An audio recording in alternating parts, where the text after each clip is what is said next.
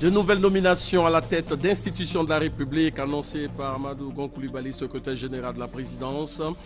Mamadou Koné, nouveau président du Conseil constitutionnel en remplacement du professeur Francis Bourdier. Dans quelques instants, la déclaration de la présidence. La sécurité sur le continent. Dans ce 20 heures, des experts français et africains sont en concertation. Ils ont pour mission de faire des propositions dans le cadre de la lutte contre la criminalité organisée en Afrique de l'Ouest. L'actualité en Côte d'Ivoire, toujours dominée par le phénomène des enlèvements d'enfants. Pour mettre fin à cette situation qui prévaut depuis quelques temps dans le district d'Abidjan, des mesures ont été prises par le gouvernement.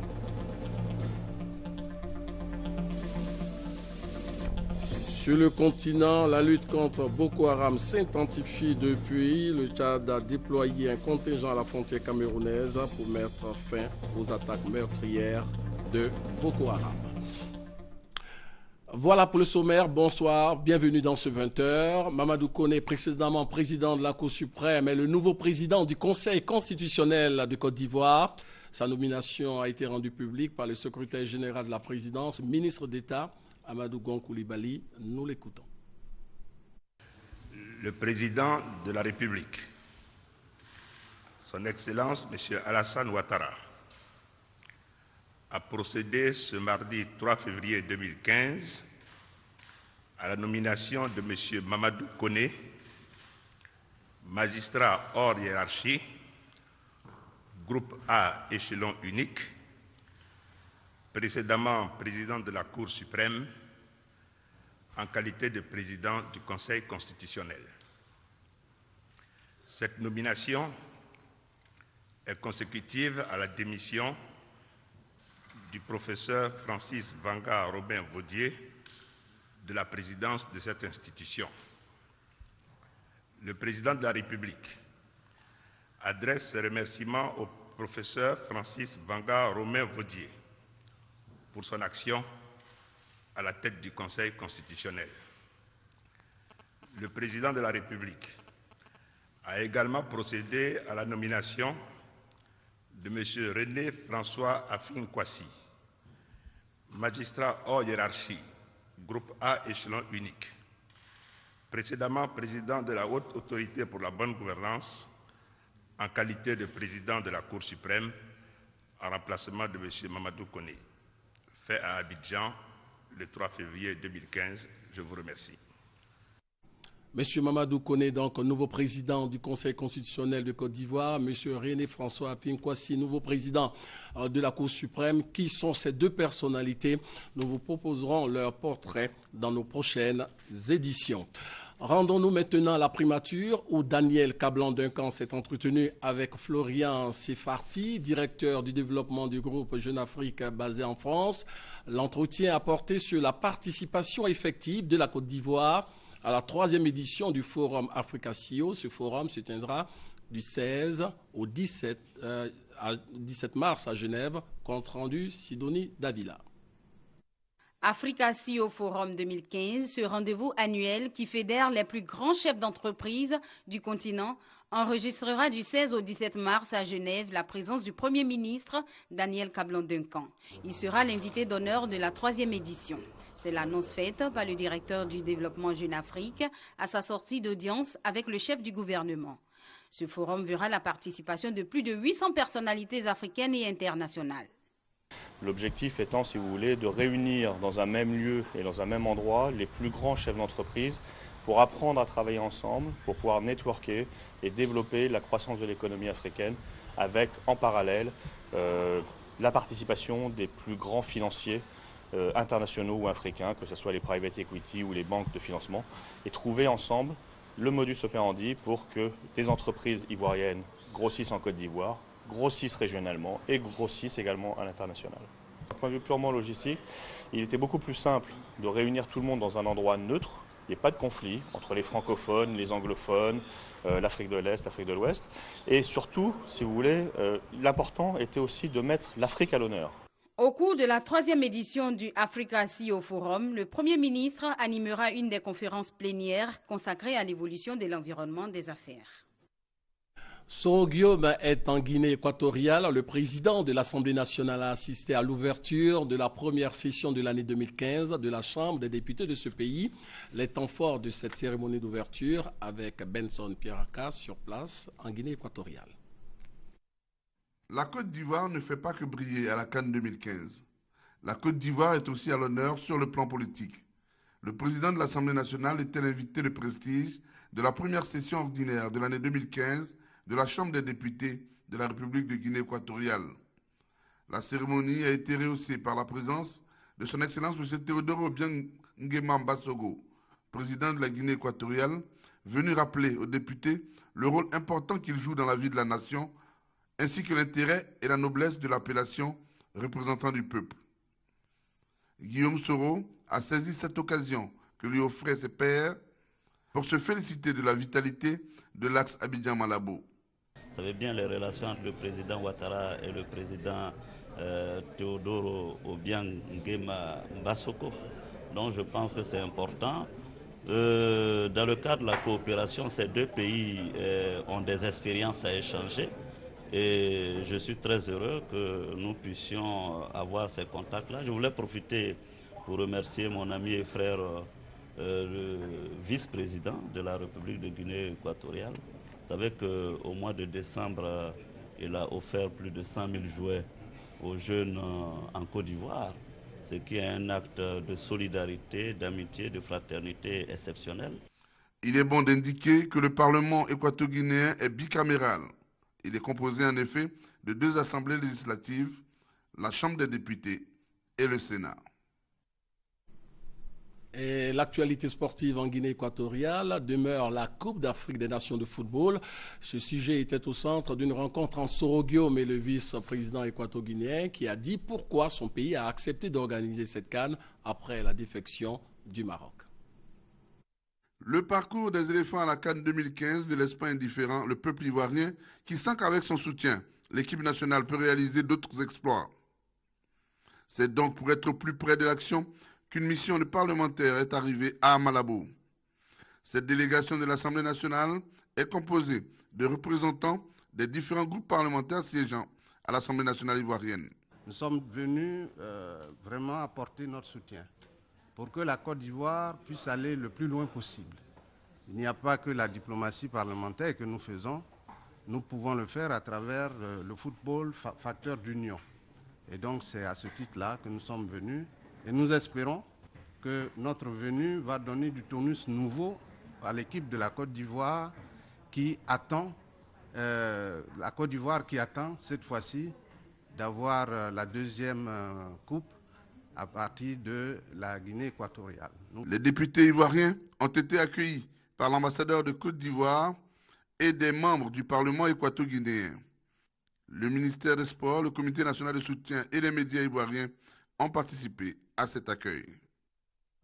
Et pour les demi-finales de la CAN, demain, mercredi, eh bien, les éléphants de Côte d'Ivoire seront face à la République démocratique du Congo à partir de 19h. Rappelons que les éléphants se sont qualifiés le dimanche dernier en battant les Fennecs d'Algérie par le score de 3-1. Ce match sera retransmis en direct donc à partir de 19h. Parlons maintenant de sécurité dans la sous-région africaine. Des experts français et africains sont en concertation ici à Abidjan. Ils ont pour mission de faire des propositions pour accentuer les mesures préventives afin de faire face aux menaces criminelles transrégionales. Michel Digré pour en savoir un peu plus. L'insécurité transrégionale qui prévaut en Afrique de l'Ouest suscite des réflexions sur le rôle que peuvent jouer les forces de sécurité intérieure, notamment dans la lutte contre la criminalité organisée. Face à la menace, il est plus qu'urgent de fédérer les forces et les expertises. Il est important de faire bouger les lignes par des approches croisées. Sud-Nord, certes, mais aussi police, renseignement, université, société civile, avec une nécessaire ouverture dont nous allons créer ici aujourd'hui à Abidjan les conditions. Pour le ministre d'État, ministre de l'Intérieur et de la Sécurité de Côte d'Ivoire, seule une stratégie de prévention efficace permettra de parer à toute situation. Les budgets, les missions de maintien de la paix, ces chiffres en des millions de dollars. On ne fait jamais assez pour analyser les événements et les prévenir. Et je pense que ce que nous faisons ce matin est très important. Et si nous le faisons bien, cela devrait radicalement changer les choses sur notre continent. Parce que toutes ces crises sont prévisibles et aujourd'hui nous avons les moyens humains et techniques pour faire des croisements, pour faire la bonne analyse, pour décliner et prévenir ces situations. Les travaux des experts de la CEDEAO et ceux de la France permettront de dégager une approche globale de la réforme des forces de sécurité intérieure. Il s'agira également d'harmoniser une procédure judiciaire commune dans le traitement des menaces transnationales. Voilà ce communiqué, le ministre d'État, ministre de l'Intérieur et de la Sécurité porte à la connaissance des candidats au concours direct de recrutement des élèves commissaires, officiers sous-officiers de police, session 2014, que les listes des candidats autorisés à concourir sont disponibles donc à partir de demain, mercredi, et peuvent être consultés à l'École nationale de police et puis également sur Internet au www.enp.com-Côte d'Ivoire, CI. Nous parlons maintenant d'enlèvement des enfants. Selon le ministre chargé de la Défense, Paul Kofi, aucune piste ne sera négligée dans la lutte contre ce phénomène qui crée la psychose au sein de la population ivoirienne. Des solutions pour venir à bout de ce phénomène sont en étude. Enlèvement et assassinat d'enfants, le gouvernement met le holà et le président de la République Alassane Ouattara a donné le ton. Le chef de l'État qui a condamné samedi dernier avec fermeté ces crimes odieux de nature à saper les efforts du gouvernement pour restaurer l'image de la Côte d'Ivoire. Je voudrais rassurer tous nos concitoyens et toutes les populations vivant en Côte d'Ivoire que le gouvernement a pris toutes les mesures nécessaires. Je voudrais donc vous dire que nous continuons de traiter ce problème avec la plus grande fermeté. Ce phénomène est inacceptable, indigne de la Côte d'Ivoire et indigne du climat apaisé que nous voulons pour nos concitoyens dans notre beau pays. Face au phénomène, des mesures importantes ont été prises.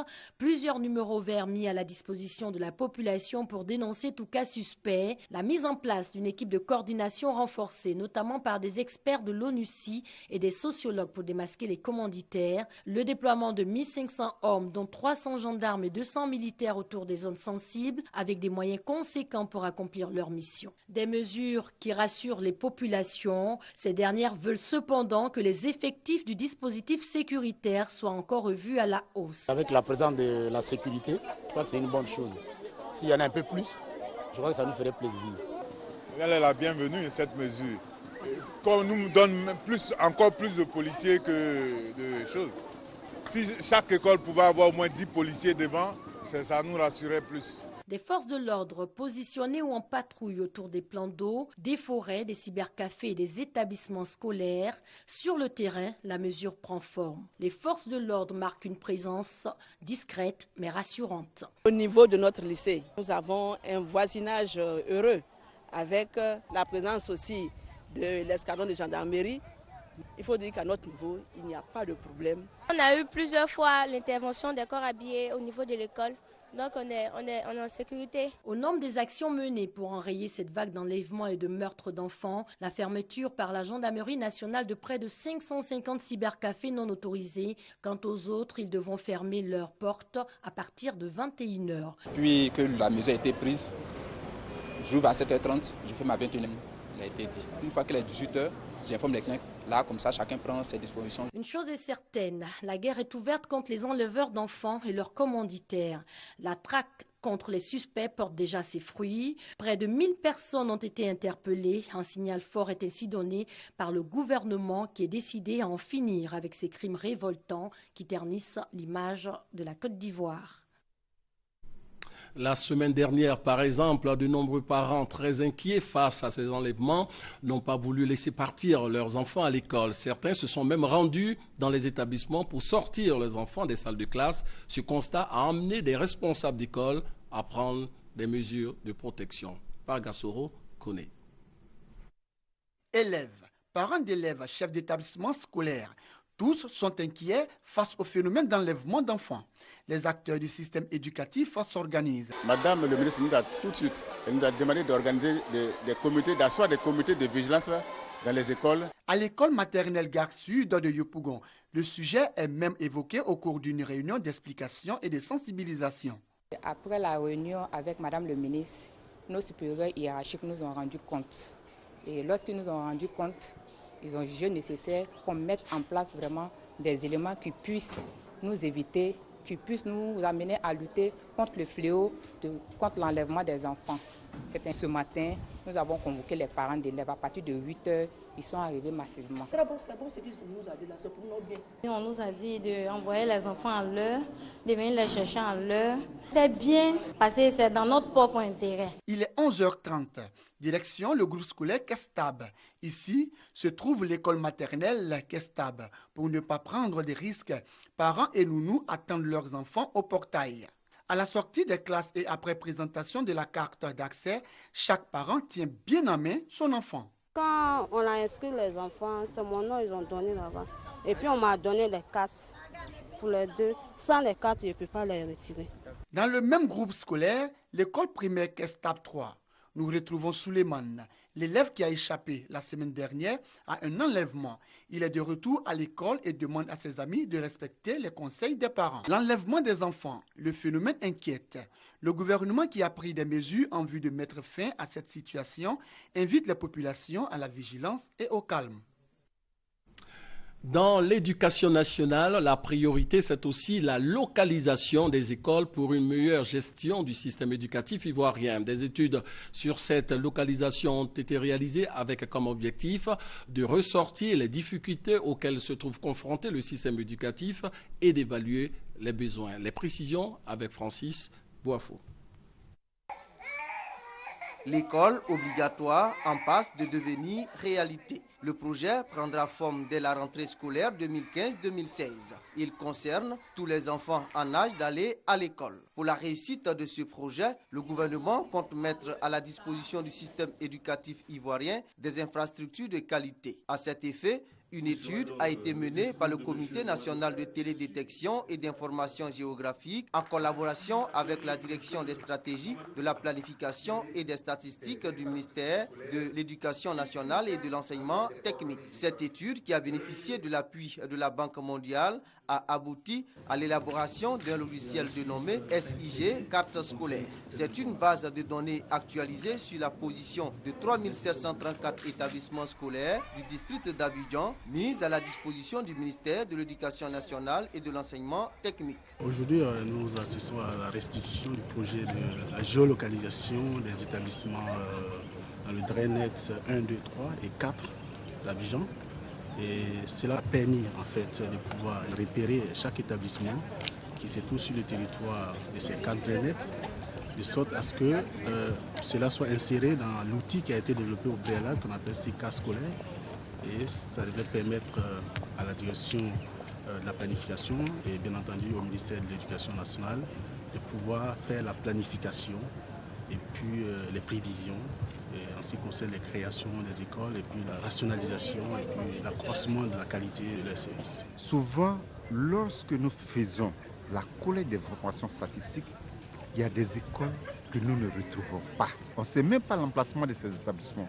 Et c'est ce qui nous a fait penser à une géolocalisation, comme on le fait dans les pays développés. Donc c'est vraiment une innovation qu'il faut que nous exploitons au maximum. Cette carte scolaire va surtout aider l'État, les collectivités locales et les partenaires du système éducatif dans la prise de décisions et de mesures visant la bonne gestion de l'école ivoirienne.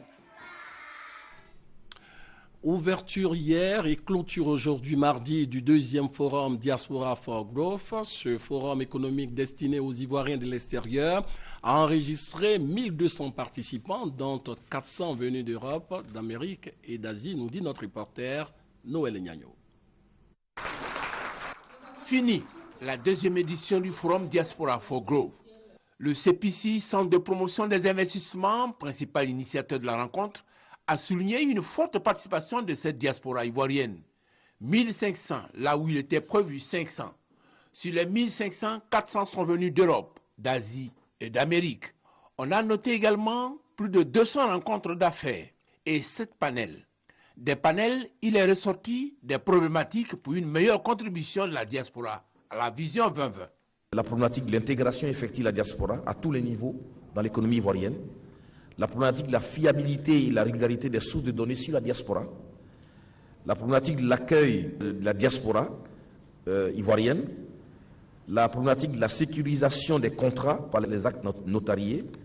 La faiblesse du financement des projets immobiliers des Ivoiriens de l'étranger et la problématique globale du financement des investissements. Le gouvernement, quant à lui, a pris la ferme résolution d'apporter des solutions idoines à ces problématiques parce que la diaspora doit être une force d'investissement et le gouvernement va se donner les moyens de traduire cela en actes. L'appui des diasporas apparaît comme une véritable stratégie pour impulser une mobilisation des ressources tout en garantissant les intérêts des contributeurs que vous êtes dans le cadre de la promotion des investissements pour une croissance économique et un développement humain fondé sur des bases solides.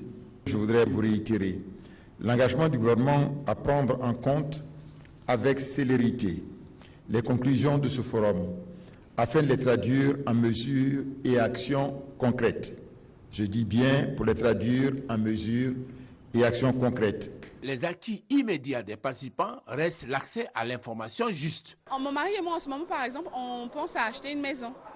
Donc le panel sur l'immobilier nous a vraiment, m'a vraiment intéressé. Je suis très fier d'avoir participé à ce forum et d'autant plus fier que la conclusion a laissé entendre dire que dorénavant, et ça l'était déjà d'ailleurs, parce que ce n'est pas un événement, les actes en matière immobilière seront passés par devant notaire et impérativement. Pour mémoire, la diaspora ivoirienne a transféré en 2012 plus de 150 milliards de francs CFA, chiffre de la Banque mondiale. Voilà, c'est le compte-rendu de Noël Niagno. Sachez que le bilan de l'édition 2015 de Diaspora for Growth aura lieu donc le dimanche dans le magazine de 13h. Invité le directeur général du CPC, ici c'est Emmanuel. Les ambassadeurs accrédités ici en Côte d'Ivoire ont été invités par le ministre ivoirien de l'Agriculture à s'impliquer dans la mobilisation autour du Salon de l'Agriculture et des ressources animales d'Abidjan. Le Sahara, salon de promotion du label ivoirien, aura lieu dans la capitale économique du 3 au 12 avril prochain. Lansine Bakayoko, Francis Boifo. Sensibiliser aux enjeux du Salon de l'Agriculture et des ressources animales Sahara, présenter les potentialités agricoles locales, inciter les hommes d'affaires étrangers à investir dans le secteur. Voilà les objectifs de la rencontre que le ministre de l'Agriculture, Mamadou Sangafoua Koulibaly, a eu avec les ambassadeurs en poste à Abidjan. Ce que nous attendons, c'est qu'ils puissent relayer le message de notre pays auprès des institutions de leur pays et auprès du secteur privé. Parce que notre pays, en ce qui concerne l'agriculture, a un rôle à jouer dans la sous-région.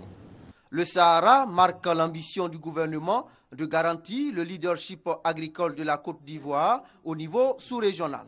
Il s'inscrit dans le programme national d'investissement agricole PINIA, dont le financement prévisionnel se chiffre à 2040 milliards de francs CFA. 60% de ce montant sont réservés à l'investissement privé et associatif. Avec des surfaces cultivables importantes et des ressources en eau abondantes, les potentialités agricoles, animales et forestières offrent de véritables opportunités d'investissement rentables. Des opportunités que les ambassadeurs entendent capitaliser. Je suis très heureux de pouvoir participer à véhiculer ce message à nos entrepreneurs chinois pour qu'ils puissent venir massivement et aussi discuter comment on peut promouvoir la coopération, non seulement dans les infrastructures, mais aussi dans l'agriculture. Ces échanges avec les diplomates font suite à ceux avec les présidents des conseils régionaux. Ils visent à faire la promotion de la 3e édition du Sahara, prévue du 3 au 12 avril prochain à Abidjan.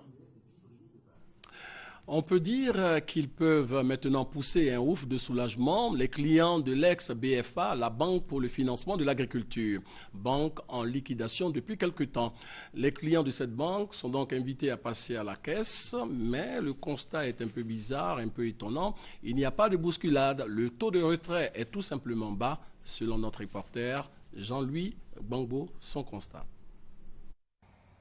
La trésorerie générale d'Abidjan Centre fait partie des 13 trésoreries sur l'étendue du territoire chargées de payer les avoirs des clients de l'ex-banque pour le financement de l'agriculture. Depuis le lundi 26 janvier, certains clients de cette banque, dont la liquidation a été annoncée le 1er octobre 2014 par l'État en raison d'un déficit structurel, sont invités à passer à la caisse. Il s'agit de ceux dont le montant des dépôts est compris entre 5 000 et 200 000 francs CFA. 2 semaines après le début de l'opération de remboursement, les guichets restent désespérément vides. L'affluence est assez basse. On n'a pas d'affluence et nous pensons que certainement les clients n'ont pas eu l'information, ils n'ont pas été assez informés, donc on n'a pas d'affluence. Au niveau de la trésorerie générale d'Abidjan Sud, nous avons dans notre portefeuille 876 déposants à payer. Sur les 876, depuis le début de l'opération, nous n'avons payé que 42. Et pourtant, des dispositions particulières ont été prises pour garantir aux clients un paiement aussi bien rapide qu'aisé. Recevant les vœux de ses collaborateurs la semaine dernière, la ministre en charge de l'économie et des finances, Kabaniale, est revenue sur le dossier. Aux partenaires de la BFA et aux petits déposants que nous suivons avec beaucoup d'intérêt ce dossier et leur dire également que des instructions ont été données donc aux liquidateurs pour que les petits déposants soient désintéressés dans les meilleurs délais. Si pour le moment, aucune date butoir n'a été fixée pour les paiements de cette première tranche, les responsables du Trésor invitent néanmoins les clients à se présenter dans les différentes trésoreries afin d'éviter les bousculades des derniers moments. De la politique à présent avec cette activité du RDR. Le secrétaire général par intérim du RDR était récemment en tournée de mobilisation dans la région du Moronou. Pour la deuxième journée, Amadou Soumaoro a échangé avec les populations de la localité d'Ara. Le témoignage de Gabriel Zanilo. 3 grands meetings et plusieurs entretiens avec les rois et notables de la région du Moronou en 2 jours. Et le secrétaire général par intérim du Parti des Républicains ne semble pas être épuisé. Son dernier meeting à Bongouanou est tout aussi vivant que le premier, car l'homme est rempli de convictions qu'il tire de l'efficacité d'exécution du programme de société d'Alassane Ouattara. Je suis convaincu, profondément convaincu, que les Ivoiriens restent sensibles à ce message-là. Ces actions doivent suffire à convaincre les sympathisants et tous ceux de la région du Moronou encore hésitants. Les Ivoiriens n'ont plus besoin de politique politicienne. Ils ont besoin du concret. Ils ont besoin que leurs problèmes de tous les jours soient réglés. Ils ont besoin qu'on trouve des solutions à leurs problèmes d'école, à leurs problèmes de route, aux problèmes d'eau potable, aux problèmes d'électrification rurale, aux problèmes de vente de leurs produits agricoles. C'est de cela qu'il s'agit. Donner un autre mandat à Alassane Ouattara, ce serait faire un choix judicieux car il a des solutions. Et c'est sur une note de victoire qu'Amadou Soumaoro finit toujours ses discours. Il vient ainsi d'achever la première étape d'une série de tournées qu'il effectuera dans les autres régions et à l'extérieur du pays.